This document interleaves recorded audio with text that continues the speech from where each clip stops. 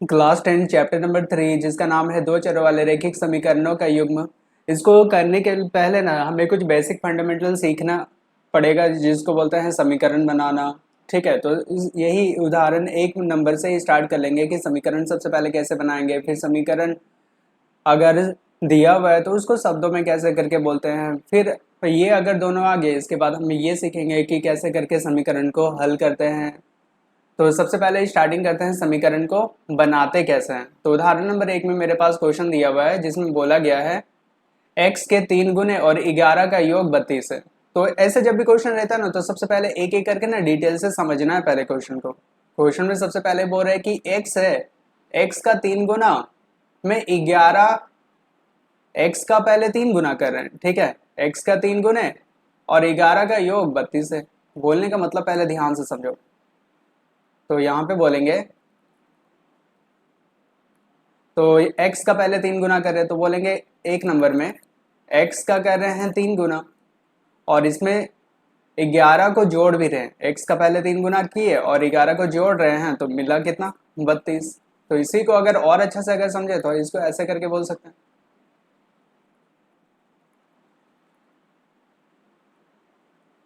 इसको ऐसे करके बोल सकते हैं x को अगर 3 से गुना कर देंगे तो हो जाएगा 3x प्लस में 11 बराबर हो जाएगा 32।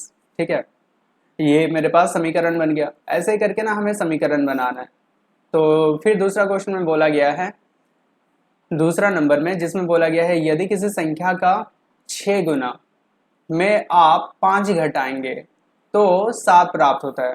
तो कोई संख्या है ना, हमें थोड़ी ना पता है वो संख्या क्या है, तो मान लेते हैं हम वो x है। ठीक है, वो संख्या क्या है, x। तो ऐसे हम लोग ना इसको लिखने के पहले ना हम लोग ये बोल भी सकते हैं कि संख्या बराबर माना संख्या बराबर x। फिर बोलेंगे प्रश्न से, क्वेश्चन में हमसे क्या बोल रहा है, क्वेश्चन में हमसे बोल रहा है कि किसी संख्या, कोई संख्या है इसका जब 6 गुना कर रहे हैं, मतलब कोई एक संख्या है इसका 6 गुना कर रहे हैं और इसमें से जब घटा रहे हैं कितना, 5 को, तो मिल रहा है 7।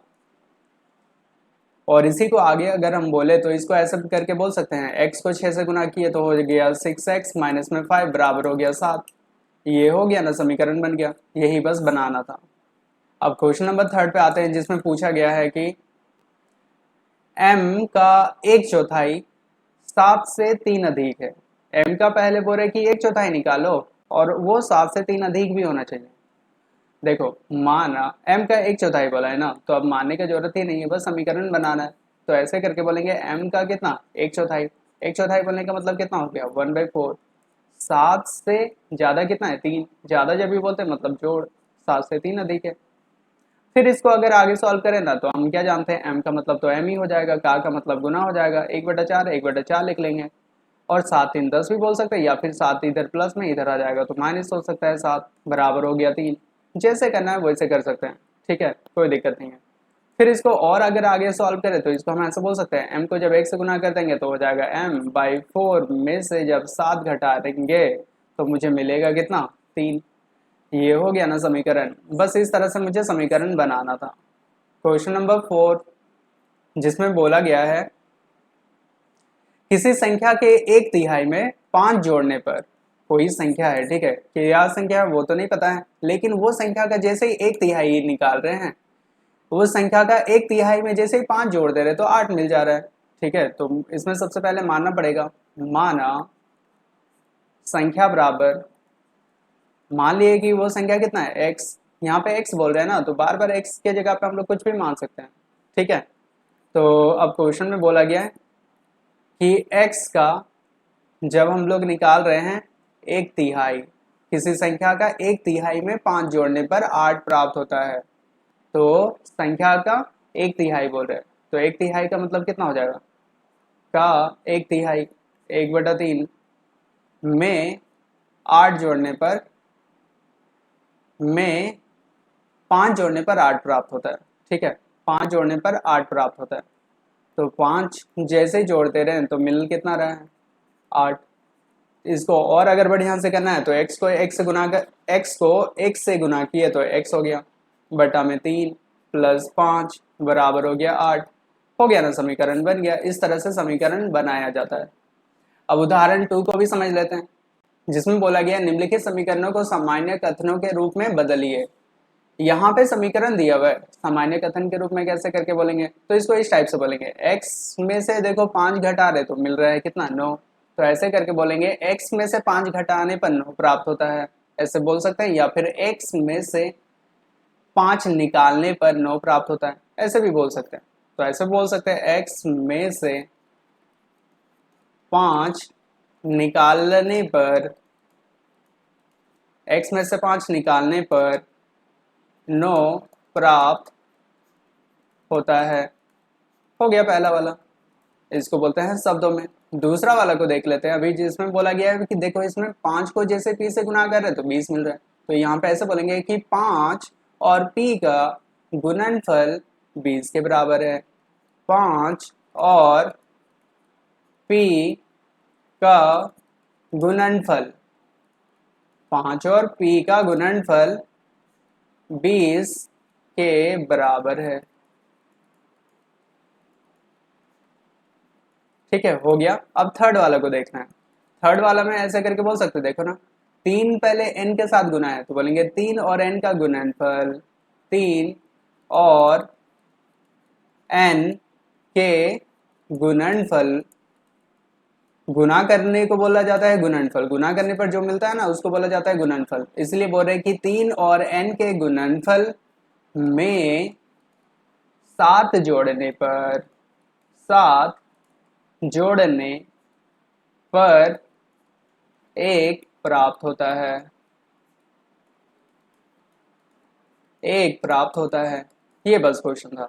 अब क्वेश्चन नंबर 4 को भी तब कर लेते हैं। 4 में बोला गया है कि देखो m को जैसे 5 से भाग दे रहे हैं और भाग देने पर मिलता है भागफल, m को 5 से भाग देने पर भागफल में 2 घटाने पर 6 प्राप्त होता है। तो ऐसे करके बोलेंगे m को 5 से भाग देने पर भागफल में 2 घटाने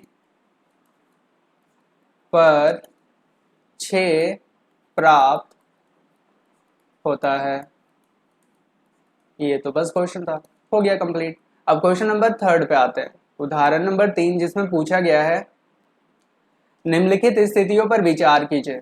जैसे देखो ना, राजू के पिता की आयु, राजू के पिता की आयु, राजू की आयु की 3 गुनी है, तो राजू की जितना भी आयु चल रहा है उसका 3 गुना से 5 अधिक है। तो राजू के पिता की आयु 44 वर्ष अगर है तो राजू की आयु कितनी है, एक समीकरण के द्वारा बताओ बोल रहे हैं। तो यहाँ पे पहले ये समझो ना, राजू छोटा है कि उसका पिता छोटा है, तो उस एग्जैक्ट राजू ये तो छोटा होगा ना। तो ऐसे पहले मान लेंगे, ऐसे वाला क्वेश्चन में माना राजू की आयु, माना राजू की आयु बराबर, अगर राजू की आयु x वर्ष है तो उसके पिता का तो पहले से पता है, पिता की आयु कितनी है, तो बोलेंगे पिता की आयु, पिता की आयु तो 44 वर्ष है, तो बोलेंगे यहाँ पे 44 वर्ष। अब क्वेश्चन में क्या बोल रहा है ना वो ध्यान से समझना है। क्वेश्चन में बोल रहा है कि प्रश्न से राजू के जो पिता की आयु है, पिता की आयु कितना है 44 वर्ष। ठीक है, पिता की आयु, या फिर ना इसको समझने के लिए ऐसे भी बोल सकते हैं, पिता की आयु, पिता की आयु किसके बराबर है, राजू की आयु का, राजू की आयु, ठीक है, राजू की आयु का 3 गुना, 3 गुना में 5 अधिक, 5 वर्ष अधिक है, 5 वर्ष अधिक है, मतलब अधिक के लिए हम लोग बोलते हैं जोड़, कितना ज्यादा है 5 साल ज्यादा है। तो अब फिर से समझो, राजू के पिता की आयु कितना है 44 वर्ष। ठीक है, राजू की आयु कितना है, बोले ना x वर्ष, तो x वर्ष का मतलब तो गुना होता है, x का 3 गुना बोले मतलब 3 से गुना हो जाएगा, और इसमें जोड़ना कितना है 5, तो ऐसे करके बोलेंगे 44 तो 44 हो जाएगा, x को 3 से गुना करेंगे तो हो जाएगा 3x प्लस में 5। हो गया ना, बस हमें एक समीकरण बनाना था, तो समीकरण बना लिए। अब आगे देखते हैं क्वेश्चन में क्या बोल रहे हैं। क्वेश्चन नंबर 5 जिसमें बोला गया है निम्नलिखित समीकरणों को सामान्य कथनों के रूप में व्यक्त कीजिए। अब एक एक करके बोल रहे कि फिर से ना कथन के रूप में व्यक्त करो। तो पहला नंबर में देखो ना, P में 4 जोड़ने पर 15 प्राप्त होता है। सिंपल तो है, बोलेंगे P में 4 जोड़ने पर, P में 4 जोड़ने पर 15 प्राप्त होता है। ठीक है, P में 4 जोड़ने पर 15 प्राप्त होता है, बस हो गया। दूसरा वाला को अगर देखें तो M में से 7 घटाने पर या फिर M में से 7 निकालने पर 3 प्राप्त होता है, ऐसे भी बोल सकते हैं। तो बोलेंगे M में से 7 निकालने पर 3 प्राप्त होता है, 3 प्राप्त होता है। ठीक है, फिर इसी तरह से हम थर्ड वाला को भी बोल सकते हैं। थर्ड में देखो ना, 2 और M को गुना कर रहे हैं तो 7 के बराबर मिल रहा है, तो ऐसे करके बोलेंगे और 2 और M के गुणन 2 और M का गुणनफल 2 और M का गुणनफल 2 और M का गुणनफल 7 के बराबर है। 2 और M का गुणनफल 7 के बराबर है, ये भी हो गया। अब आगे देखते हैं क्वेश्चन नंबर 4 में। 4 नंबर में बोला गया है कि M को ना 5 से भाग दे रहे हैं तो मिल रहा है कितना, 3। तो बोलेंगे M को 5 से भाग देने पर, M को 5 से भाग देने पर मिलता है क्या है, भागफल। तो भागफल 3 के बराबर है, 3 के बराबर है। ये क्वेश्चन तो पूछा गया था। क्वेश्चन नंबर 5 को अभी देख लेते हैं। देखो 3 को पहले M से गुना कर रहे हैं तो बोलेंगे 3 और M के गुणनफल में, 3 और M के गुणनफल को 5 से भाग देने पर, 5 से भाग देने पर भागफल 6 प्राप्त होता है, भागफल 6 प्राप्त होता है, ये भी हो गया। अब क्वेश्चन नंबर 6 को देख लेते हैं। क्वेश्चन नंबर 6 में बोला गया है 3 और P को गुना करने पर मिलता है गुणनफल। तो 3 और P के गुणनफल में 4 जोड़ने पर 25 प्राप्त होता है, ऐसे बोल सकते हैं। 3 और P के गुणनफल में 4 जोड़ने पर 25 प्राप्त होता है। ठीक है, ये भी हो गया। अब क्वेश्चन नंबर 7 को देखते हैं। क्वेश्चन नंबर 7 में बोला गया है कि 4 और P का गुणनफल में 2 घटाने पर 18 प्राप्त होता है। सिंपल तो है, तो बोलेंगे 4 और P, 4 और P ये था, 4 और P के गुणनफल में 4 और P के गुणनफल में 2 घटाने पर 18 प्राप्त होता है। क्वेश्चन नंबर 8 जिसमें पूछा गया है P को 2 से भाग देकर भागफल में 2 जोड़ने पर 8 प्राप्त हो रहा है। तो बोलेंगे P को 2 से भाग देने पर भागफल में 2 जोड़ने भागफल में 2 जोड़ने पर भागफल में 2 जोड़ने पर 8 प्राप्त होता है, 8 प्राप्त होता है। आसान तो क्वेश्चन था, हो गया। अब इसके बाद वाला क्वेश्चन को समझते हैं। इसके बाद वाला क्वेश्चन में बोला गया है, क्वेश्चन नंबर 6, निम्नलिखित स्थितियों में समीकरण बनाइए। 6 नंबर का पहला नंबर क्वेश्चन है, क्वेश्चन नंबर 6, जिसमें मेरे से पूछा गया है कि निम्नलिखित स्थितियों में समीकरण बनाइए। इरफान कहता है कि उसके पास, परमीत के पास जितने कंचे हैं उसके 5 गुने से 7 अधिक कंचे हैं। ठीक है, तो इरफान के पास 37 कंचे हैं, तो परमीत के कंचों की संख्या को अगर हम मान लेते हैं तो फिर समीकरण कैसे बनेगा ये बताओ। तो यहाँ पे सबसे पहले ये समझो कि दो जने, पहला है इरफान, दूसरा है परमीत। ठीक है, तो परमीत के पास कितना कंचा है? 37। और इरफान के पास, सॉरी, इरफान के पास बोले कि 37 कंचा है, और बोले कि परमीत के पास जितना भी कंचा है ना, वो उसके पास 5 गुने से 7 अधिक कंचा है, मतलब इरफान के पास है बोल रहे हैं। तो इसको बनाने के लिए ना सबसे पहले ये यूज करेंगे, बोला सबसे पहले ये बोलेंगे, माना परमीत के पास कंचों की संख्या, परमीत के पास कंचों की संख्या बराबर, पहले से बोल दिया ना, एम लेने के लिए बोला है तो एम ले लिया। ठीक है, अब क्वेश्चन में क्या बोल रहा है वो भी समझ लेते हैं। क्वेश्चन में मेरे से बोल रहा है कि परमीत के पास जितना भी कंचा है उसके 5 गुने से 7 अधिक कंचा है, मतलब परमीत के पास कंचा कितना है? एक एम बोले हैं तो एम रखेंगे। परमीत के पास कंचों की संख्या कितना है? एम, तो एम का 5 गुना। ठीक है, कितना गुना? 5 गुना। 5 गुना से 7 अधिक कंचा किसके पास है? इरफान के पास। और इरफान के पास कंचा कितना है? तो बोलेंगे 37। बस यही तो था। अभी एक बार फिर से समझ लो, 5 गुना बोला, यहाँ पे 7 गुना नहीं बोला, 5 गुना बोला, तो यहाँ पे ये भी ध्यान देना है, यहाँ पे बोलेंगे 5 गुना बोला था, तो यहाँ पे 5 लिखिए। एम को 5 से गुना करेंगे तो हो जाएगा 5m प्लस में 7 बराबर हो जाएगा 37। ठीक है, यही बस समीकरण बनाना था, समीकरण बना लिए। ठीक है, क्वेश्चन नंबर अब सेकंड को देख लेते हैं। बोले कि लक्ष्मी के पिता की आयु 49 वर्ष है।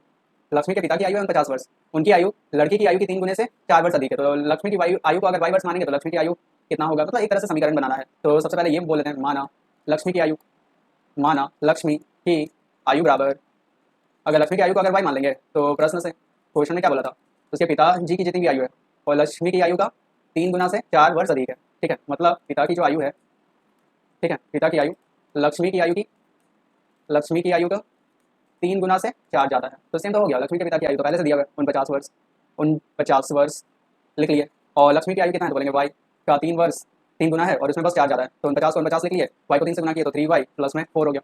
बस यही तो समीकरण बनाना था, तो समीकरण बन गया। ठीक है, अब आगे देखते हैं क्वेश्चन नंबर 3, जिसमें बोला गया है, अध्यापिका बताती है,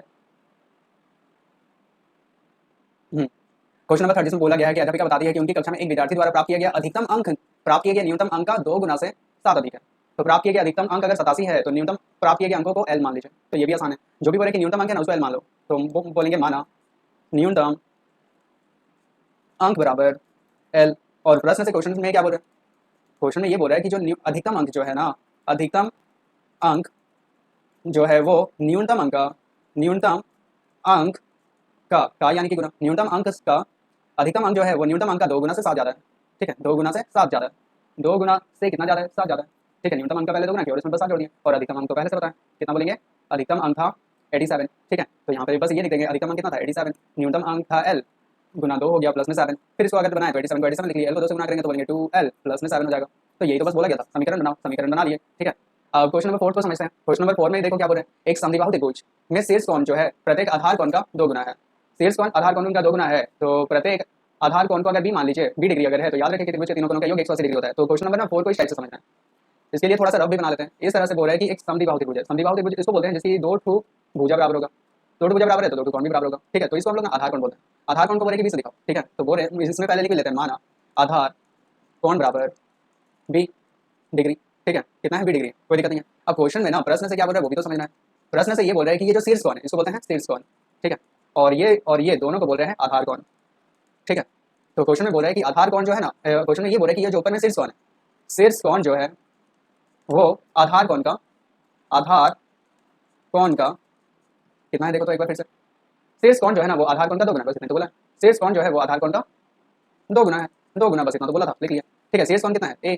ठीक है, शीर्ष कोण ए बोल सकते हैं, तो कोण ए किसके बराबर है? आधार कोण में कौन है? बी। ठीक है, और आधार कोण को तो बी डिग्री बोले भी थे, तो बी का कितना गुना है? तो बोलेंगे 2 गुना। ठीक है, तो कोण ए किसके बराबर हो गया? 2b, कोई दिक्कत नहीं। अब यहाँ पे ना एक और चीज लिखेंगे, त्रिभुज है ना, तो त्रिभुज के तीनों कोणों का योग कितना होता है? तो बोलेंगे त्रिभुज के तीनों कोणों का योग होता है 180 डिग्री।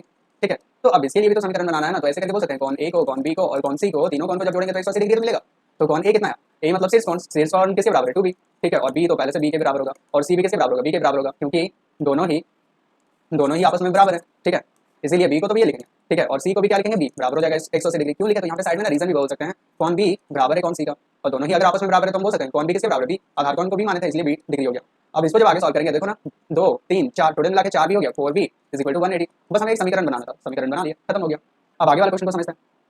समीकरण को हल कीजिए। अब यहाँ से क्वेश्चन स्टार्टिंग हो रहा है कि कैसे करके ना कोई भी समीकरण को हल कैसे करके करते हैं वो यहाँ पे बताया गया। ठीक है, तो x minus one is equal to zero है, तो इसको हल करो। तो हल करने के लिए ना कुछ रूल्स है जो याद रखना है। रूल नंबर 1 बोल सकते हैं, टोटल यहाँ पे ना 4 रूल्स है। ठीक है, रूल्स में सबसे पहला ये याद रखना है, कोई नंबर अगर प्लस में तो बराबर के इस बार जैसे ही आ जाएगा तो माइनस हो जाएगा। दूसरा, कोई अगर पहले से माइनस में बराबर के इस बार आ जाएगा तो ये हो जाएगा प्लस में। थर्ड रूल, कोई नंबर अगर गुना में तो बराबर के इस बार आने पर ये हो जाएगा भागा में। और कोई नंबर अगर पहले से ना भागा में तो बराबर के इस बार आने पर वो हो जाता है गुना में। बस ये 4 रूल याद जिसको हो गया तो उसके लिए समीकरण बनाना तो सबसे आसान हो जाएगा। तो यहाँ से स्टार्टिंग करते हैं। सबसे पहले 7 का क्वेश्चन नंबर 1 ए नंबर में बोल रहा है कि x minus one is equal to अगर जीरो है तो इसको हल करेंगे तो x का वैल्यू क्या मिलेगा। तो ये तो बच्चा टाइप का क्वेश्चन हो गया ना। तो x इज इक्वल टू हो जाएगा, देखो माइनस में 1 था, इधर आ गया तो प्लस में 1 हो गया, तो x इज इक्वल टू 1 इसका हल हो गया। ठीक है, अब दूसरा नंबर को देखो, x plus 1 is equal to 0 है, तो इसका हल करो बोल रहा है। तो x इज इक्वल टू, देखो प्लस में 1 है तो प्लस में रहता है तो बराबर के इस बार आने पर माइनस हो जाता है, तो x is equal to minus में 1 हो गया ये भी। अब थर्ड वाले को समझते हैं। अब बोल रहे कि x minus 1 is equal to 5 है, इसको हल करो। तो x इज इक्वल टू जाएगा, देखो माइनस में 1 है ना, इधर आ जाएगा तो प्लस में 1 हो जाएगा, तो 5 प्लस 1 हो जाएगा, तो x बराबर बोलेंगे 5 और 1 मिलकर 6 हो जाएगा। तो x का वैल्यू कितना निकाले 6। ठीक है, सेम इसी तरह से अगर आगे बढ़ाएंगे तो क्वेश्चन नंबर डी को अगर देखें तो डी में बोला गया है x प्लस 6 बराबर हो गया 2, इसको सॉल्व करो बोल रहा है। तो x को x लिख लिया, 2 है 2 लिख लिए, 6 देखो प्लस में इधर आ गया तो बोलेंगे माइनस हो जाएगा। x बराबर हो गया, देखो 6 में से 2 घटा रहे तो बचेगा कितना 4। अब एक चीज और देखा जाता है, देखो ना दोनों में बड़ा कौन है, तो बोलेंगे 6 बड़ा है, 6 के आगे तो माइनस साइन है तो माइनस में 4 हो जाएगा। तो x is equal to minus 4, ये इसका आंसर हो जाएगा। ई नंबर को भी समझते हैं, y minus 4 is equal to minus में 7 है, तो इसको अगर सॉल्व करें ना तो ऐसे करके बोलेंगे y तो y रहेगा, माइनस में 7 है, माइनस में 7 हो गया। अब देखो यहाँ पे माइनस में 4 है, बराबर के इस बार भेजेंगे तो ये हो जाएगा प्लस में 4, तो y बराबर कितना हो जाएगा, माइनस प्लस में होता है माइनस, 7 में से 4 घटा दिया तो हो गया 3, दोनों में बड़ा कौन है 7, 7 तो माइनस में, तो बोलेंगे माइनस में 3 हो जाएगा, तो y का वैल्यू हो गया माइनस में 3। ठीक है, अभी के बाद f नंबर को भी समझ लेते हैं। f में बोला गया है कि y माइनस 4 बराबर हो गया 4, तो y बराबर कितना हो जाएगा, देखो 4 था पहले 4 लिख लिए, माइनस में 4 यहाँ पे बराबर के इस बार भेजना है तो हो जाएगा प्लस में 4, तो y किसके बराबर हो जाएगा, तो 4 और 4 मिलकर हो जाएगा 8, तो y का वैल्यू पता चल गया 8। अब f के बाद g नंबर को समझ लेते हैं। जी नंबर में बोला गया है y प्लस 4 बराबर 4 है, तो ये भी तो सबसे इजी क्वेश्चन ही तो है। तो y बराबर बोलेंगे 4 को 4 लिख लिए, प्लस में 4 था इधर आ गया तो माइनस में 4 हो गया, तो y बराबर हो जाएगा 4 में से 4 घटा दो तो बचा कितना 0, तो इसका आंसर पता चल गया y बराबर 0। अब h नंबर को समझते हैं। h नंबर में बोला गया है y प्लस 4 बराबर हो गया माइनस में 4, तो y बराबर हो जाएगा, पहले तो माइनस 4 को तो लिख लेंगे, प्लस में 4 है बराबर के इधर भेजेंगे तो माइनस में 4 हो जाएगा, तो y बराबर हो जाएगा माइनस माइनस में प्लस हो जाएगा, 4 4 8 हो गया, दोनों में बड़ा कौन है, दोनों तो सेम है, दोनों के आगे माइनस है तो माइनस में 8 हो जाएगा, तो y is equal to minus में 8 इसका फाइनल आंसर हो जाएगा। अब आगे समझते हैं क्वेश्चन में बोला क्या गया है। क्वेश्चन नंबर 8 जिसमें बोला गया है समीकरण को हल कीजिए, फिर से समीकरण को हल करना है। ठीक है, हल कर लेंगे। तो ए नंबर में सबसे पहले देखते हैं, ए नंबर में बोला गया है 3l बराबर है 42, 3l किसके बराबर है 42 के बराबर है, तो हल करने का मतलब होता है जो भी चर होता है ना उसका मान निकालना पड़ता है, तो चर में यहाँ पे कौन है तो l है, तो l बराबर हो जाएगा 42 को 42 लिख लिए, 3 इधर गुना में इधर आ गया तो भागा हो जाएगा, तो 3 एकम 3, 3 चौके 12, तो पता क्या चला, तो बोलेंगे l बराबर 14, ये इसका आंसर हो जाएगा। अब आगे देखते हैं क्वेश्चन नंबर 2, बी नंबर को देखते हैं। यहाँ पे बोला गया b बाई 2 बराबर है 6, तो इसको भी जब सॉल्व करेंगे ना तो b बराबर हो जाएगा 6 को तो 6 लिख लिया, 2 तो भागा में इधर आ गया तो गुना हो गया, तो b बराबर बोलेंगे 6 दूनी 12, तो p किसके बराबर हुआ 12 के बराबर हुआ। अब आते हैं question number 3, p by 7 is equal to 4 है, तो p इज इक्वल टू हो जाएगा 4, तो 4 लिख लिया, 7 इधर भागा में था इधर आ गया तो गुना हो गया, तो p बराबर हो गया 7 चौके 28, p किसके बराबर है तो बोलेंगे 28 के बराबर है। सेम इसी तरह से डी नंबर को समझते हैं। डी नंबर में बोला गया कि 4x इज इक्वल टू 25 है, बस हमें तो x का वैल्यू चाहिए, तो x बराबर हो जाएगा 25, 4 इधर गुना में था इधर आ गया तो भागा, अब 25 का पहाड़ 4 का पहाड़ में कभी भी 25 तो आता नहीं है, तो यही इसका फाइनल आंसर हो जाएगा। अब देखते हैं क्वेश्चन नंबर ई जिसमें बोला गया है ई नंबर में 8y बराबर है 36 का, तो y को तो y लिख लेंगे, 36 डिवाइड में हो जाएगा 8, 8 का पहाड़ में 36 नहीं आता है ना, तो ये चेक करेंगे और किससे जाएगा भाग, 2 4 8 तो होगा, 2 एकम 2 2 8 16, फिर 2 दूनी 4 तो होगा, 2 9 18, तो y किसके बराबर मिला तो बोलेंगे 9/2, इसका फाइनल आंसर होगा। क्वेश्चन नंबर एफ को भी समझ लेते हैं। एफ में बोला गया है z/3 इज इक्वल टू 5/4 है, तो z इज इक्वल टू बोलेंगे 5/4 तो 5/4 ही लिखेंगे, 3 इधर भाग में था इधर आ गया तो गुना में हो जाएगा, तो बोलेंगे z किसके बराबर हुआ 5 3 15 बटा में 4, तो z मेरा बराबर निकला 15 बटा 4 का। अब आगे समझते हैं जी नंबर को कैसे करके बनाएंगे। जी नंबर में बोला गया है a/5 बराबर है 7 बटा 15 का, तो a का वैल्यू कितना होगा, तो बोलेंगे a बराबर होगा 7 बटा 15, 5 इधर देखो भागा में था इधर आ गया तो गुना में हो जाएगा, तो ऐसे फिर बोल सकते हैं 5 एकम 5 5 3 15, तो a का वैल्यू निकला 7 को 1 से गुना कर देंगे तो हो जाएगा 7 बटा में हो जाएगा 3, तो a पता चल गया 7 बटा 3। अब h नंबर को भी समझ लेते हैं। h में बोला गया है 20t is equal to minus में 10, तो t को t रखेंगे, माइनस में 10 है लिख लिए, 20 इधर गुना में इधर आ गया तो भागा में हो गया, तो 0 0 तो कैंसिल हो गया, तो बोलेंगे t किसके बराबर है -1/2, तो इसका भी फाइनल आंसर निकाल लिया, तो बोलेंगे -1/2 हो जाएगा। अब आगे समझते हैं क्वेश्चन में क्या बोला गया।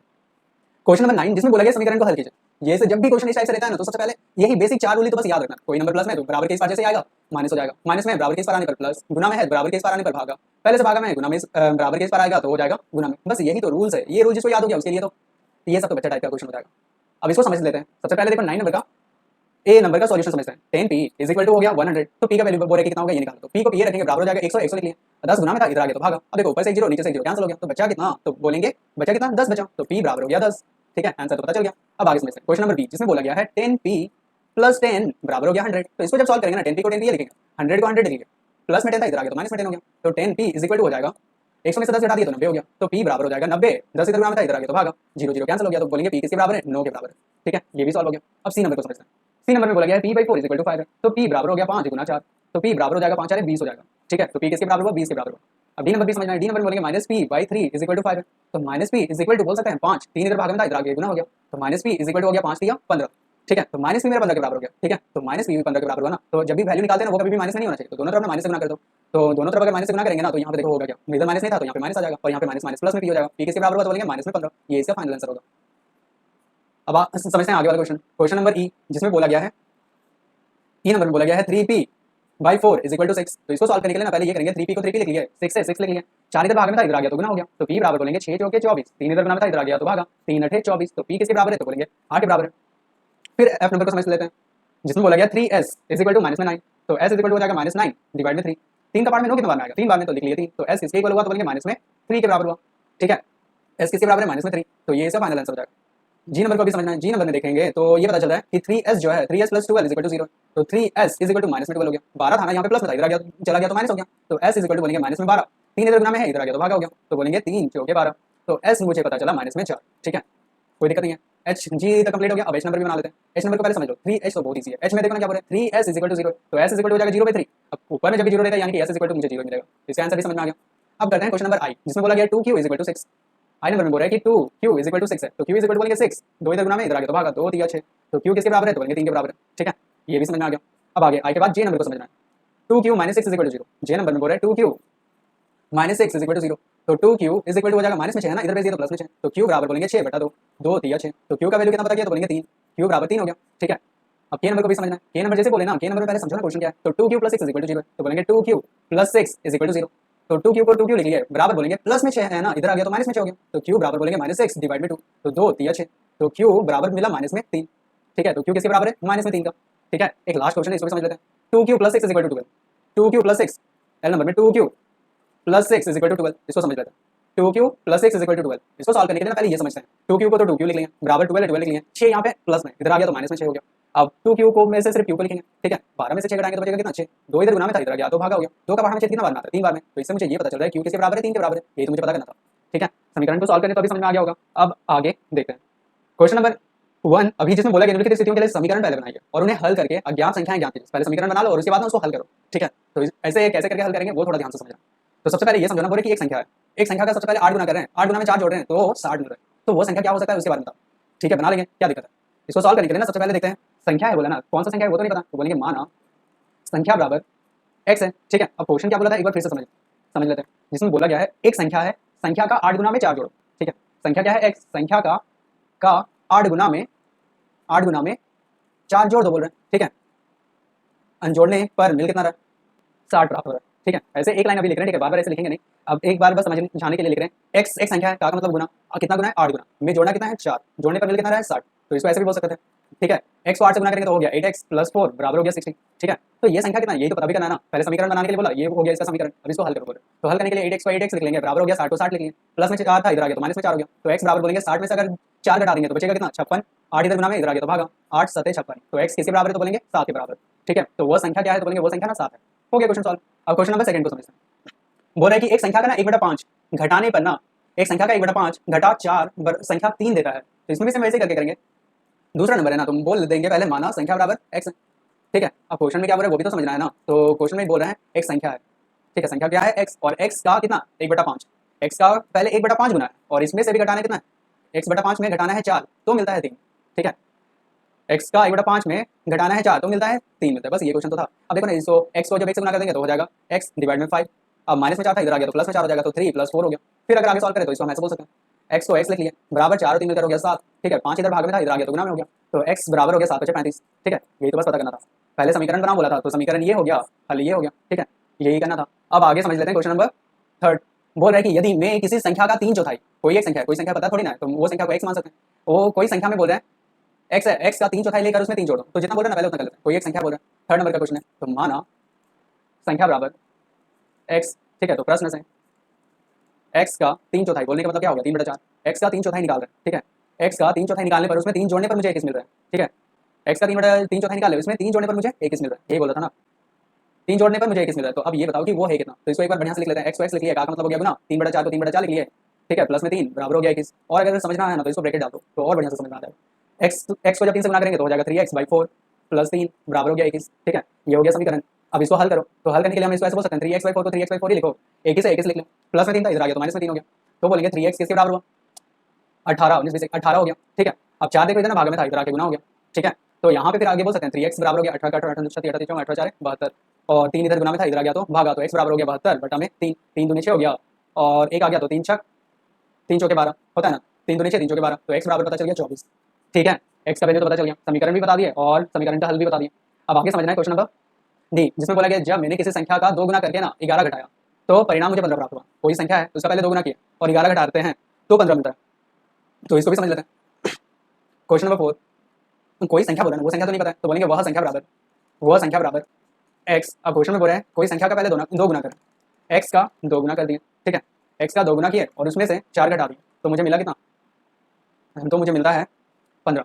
x का 2 गुना किए और उसमें 11 घटाएं तो जाके 15 मिला, 11 घटाएं तब जाके 15 मिला, ठीक है, यहाँ पे 4 नहीं बोलेंगे 11 घटाएं तब जाके 15 मिला, बस खत्म हो गया। x का 2 गुना बोले, x का मतलब गुना कितना गुना 2 गुना, ठीक है, मैं क्या करें 11 को घटा रहे तो मिल कितना रहा है 15, यही तो क्वेश्चन था। x को 2 से गुना कर देंगे तो हो जाएगा 2x माइनस में 11 है बराबर हो गया 15, ठीक है, ये हो गया मेरा समीकरण। अब इसी को तो हल करना है, तो 2x बराबर हो गया 15, 11 देखो यहाँ पे ना प्लस में, इधर आ गया तो माइनस में था, इधर आ गया तो प्लस हो गया, तो x बराबर हो गया 5 और 1 मिलकर 6, 1 और 1 मिलकर 2, 2 इधर गुना में था, इधर आ गया तो भागा हो गया, 2 एकम 2 2 3 6, तो बोलेंगे x किसके बराबर है 13 के बराबर है, ये इसका आंसर हो जाएगा। ठीक है, अब आगे समझते हैं, 4 तक हो गया, 5वां नंबर ना यहीं पे बन जाएगा, समझ लेते हैं। मुन्ना ने 50 में से अपनी अभ्यास पुस्तिका की संख्या का 3 गुना को घटा दिया, ठीक है, अभ्यास पुस्तिका की संख्या का 3 गुना को घटा दिया तो उसे परिणाम में 8 प्राप्त हुआ। तो सबसे पहले ये समझना अभ्यास पुस्तिका की संख्या कितना उसके पास किताब है हमें नहीं पता, लेकिन जितना भी किताब है इसका पहले बोले कि 3 गुना को घटा दिया, बोलने का मतलब समझो 50 टोटल नंबर है, ठीक है, ऐसे करके समझो 50 टोटल नंबर था, इसमें से अभ्यास पुस्तिका कितना है नहीं पता तो इसको x मान लिया, ठीक है, तो x का कितना गुना किया 3 गुना, 3 गुना को बोले कि घटा दिया, ठीक है, तो उसे 8 मिलता है, ये क्वेश्चन है, तो 50 को 50 लिख लिया, ठीक है, जितना भी किताब है उसका पहले 3 गुना किया मतलब 3x हो गया बराबर हो गया 8, ठीक है, तो इसको फिर अगर अच्छे से समझना है 50 को 50 लिख लिया, 8 इधर ना प्लस में था, इधर आ गया तो माइनस हो गया बराबर हो गया 3x, ठीक है, 50 में से 8 अगर घटा दिया तो 42 हो गया बराबर हो गया 3x, तो 42 को 42 लिख लिया, 3 इधर गुना में था, इधर आ गया तो भागा बराबर हो गया x, 3 एकम 3 3 चौके 12, तो x बराबर बोलेंगे 14 के बराबर, ठीक है, x किसके बराबर है 14, ये मुझे पता करना था। समीकरण अगर पूछता तो समीकरण में हम ये बोल सकते थे कि ये मेरा समीकरण है और ये समीकरण का हल है। अब क्वेश्चन नंबर एफ ना क्वेश्चन आधा अधूरा है इसलिए इसको नहीं करेंगे। क्वेश्चन नंबर आगे देखते हैं, जिसमें बोला गया है 2 नंबर में अध्यापिका बताती है कि उसकी कक्षा में एक विद्यार्थी द्वारा प्राप्त किया गया अधिकतम अंक प्राप्त किए गए न्यूनतम अंक का 2 गुना जमा 7 है, जमा का मतलब होता है जोड़, 7 है, तो प्राप्त किया गया अधिकतम अंक 87 है, तो प्राप्त किया गया न्यूनतम अंक कितना है, तो देखो न्यूनतम अंक के बारे में नहीं पता ना, जब इसके बारे में नहीं पता रहता है तो इसको x मान लिया, ठीक है, इसको बस सॉल्व करना है ना, तो कहीं पर भी सॉल्व कर सकते हैं, हम इसको यहाँ पे सॉल्व करें। अध्यापिका बताती है कि उसकी कक्षा में एक विद्यार्थी द्वारा प्राप्त किया गया अधिकतम अंक कितना है 87, ठीक है, लिख लिया। अधिकतम अंक जो है वो न्यूनतम अंक मान लिया x, न्यूनतम अंक का पहले बोले कि 2 गुना कर रहे हैं, फिर उसमें जमा यानी कि जोड़ रहे हैं 7 को, इतना के बराबर बोले कि अधिकतम अंक जो है वो न्यूनतम अंक का पहले 2 गुना करो और उसमें 7 जोड़ दो ना, तो बोले कि अधिकतम अंक के बराबर हो जाएगा, ठीक है, तो 87 इज इक्वल टू हम ऐसे बोल सकते हैं x को 2 से गुना किया तो हो गया 2x + 7, ये हो गया इसका समीकरण। और अगर बोले कि इसका हल क्या होगा तो हल के लिए बोलेंगे 87 लिख लिया, देखो यहाँ पे ना 7 प्लस में था, इधर आ गया तो माइनस में 7 हो गया बराबर हो गया 2x, 87 में से अगर 7 को घटा देंगे तो बचेगा मेरे पास 80, 2 इधर गुना में था, इधर आ गया तो भागा बराबर हो जाएगा x, तो 2 4 8 0 का 0, तो x मुझे पता चल गया 40, ठीक है, कोई दिक्कत नहीं है। तो इसमें न्यूनतम अंक पूछा गया था तो न्यूनतम अंक बोलेंगे कितना होगा 40 हो जाएगा।